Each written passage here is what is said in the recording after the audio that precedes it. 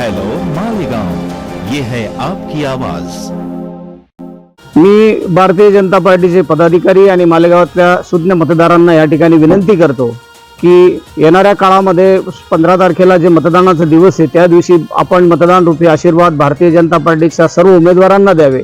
या बंडखोरांना कुठलीही सहानुभूती दाखवू नये आणि मला निश्चितच अपेक्षा या ठिकाणी की 16 तारखेला भारतीय जनता पार्टीचे 20च्या 20 उमेदवार मोठ्या याच्या बहुमताने निवडलेले राहतील आणि मालेगावच्या जनतेचे आशीर्वाद आम्ही पुढच्या 5 वर्षामध्ये नक्कीच कामाच्या रूपाने आणि विकासाच्या रूपाने परतफेड म्हणून करू। नक्कीच आपण निवेदन केले बंडखोर उमेदवारांना, पण त्यांना आधी काही नोटीस दिलेली आहेत का? त्यांना तशा सूचना दिलेल्या होत्या। वारंवार वरिष्ठ नेत्यांनी त्यांच्याशी चर्चा संवाद केलेला असतानाही त्यांनी पक्षाचा आदेश धुडकावून या पद्धतीचं त्या धाडस केलेले आणि म्हणूनच त्यांच्यावर ही कडक कारवाई करण्यात आलेली आहे। या बंडखोरीचा पक्षाला काही फटका कुठलाही काहीच फटका बसणार नाही। जनता सुज्ञ आहे, मतदार सुज्ञ आहेत आणि भारतीय जनता पार्टीचं केडर अतिशय सक्षम आहे।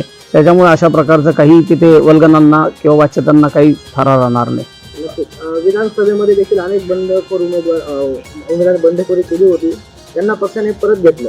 त्याच पद्धतीने आता देखील या बंडखोर उमेदवारांना पक्ष परत घेतो। पक्ष एखाद्या वेळेला तशी काही चूक केलेल्यांना माफी करून देऊ शकते, परंतु वारंवार जर कधी त्याच चुका होत असेल तर त्या गोष्टीला मात्र पक्ष अजिबात थारा देणार नाही।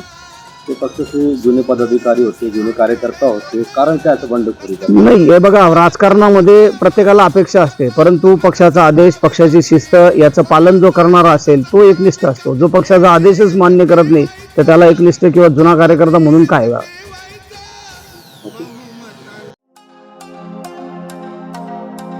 हेलो मालेगांव, ये है आपकी आवाज।